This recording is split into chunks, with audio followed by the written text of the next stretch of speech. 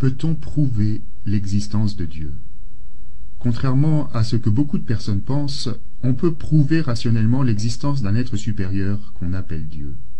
La principale preuve repose sur un principe scientifique évident, déjà exprimé par Aristote, puis repris en théologie par saint Paul, saint Anselme ou saint Thomas d'Aquin.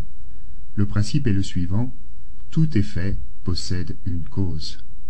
Tout ce qui existe a une cause. L'univers existe, et donc a une cause à sa mesure, c'est-à-dire un être extérieur infiniment puissant et intelligent, et fondamentalement bon car la création et la vie sont bonnes. Ce principe basique de causalité rejoint l'évidence. Il ne viendrait à personne l'idée de dire, par exemple, que les têtes des présidents américains sculptés au mont Rochemort le furent par l'effet du vent, des pluies ou de l'érosion. La probabilité existerait, certes, mais serait si minime que la défendre n'aurait aucun sens.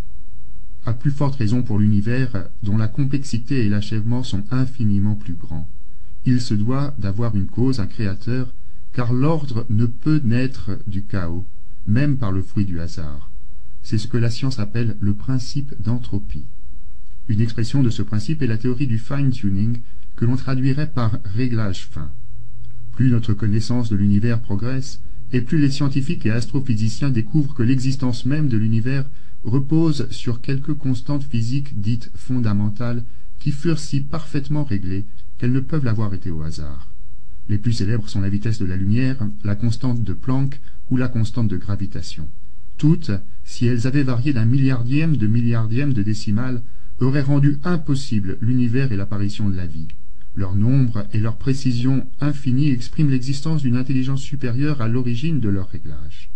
Si bien que la probabilité que l'univers soit né du hasard et non d'un créateur est de l'ordre approximatif de 10 puissance moins 49%, soit 49 zéros après la virgule du pourcentage.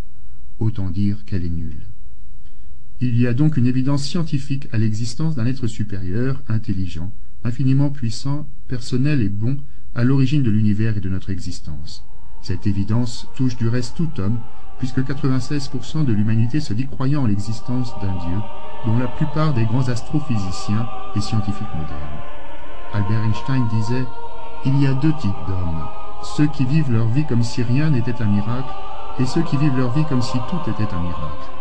L'univers, ses galaxies et ses milliards d'étoiles, la Terre et sa profusion de vie, les dizaines de millions d'espèces animales dans toute leur beauté, le monde végétal encore plus vaste, l'homme finalement dans sa perfection biologique et intellectuelle, tout exprime à l'évidence que le miracle de la création provient d'un être supérieur.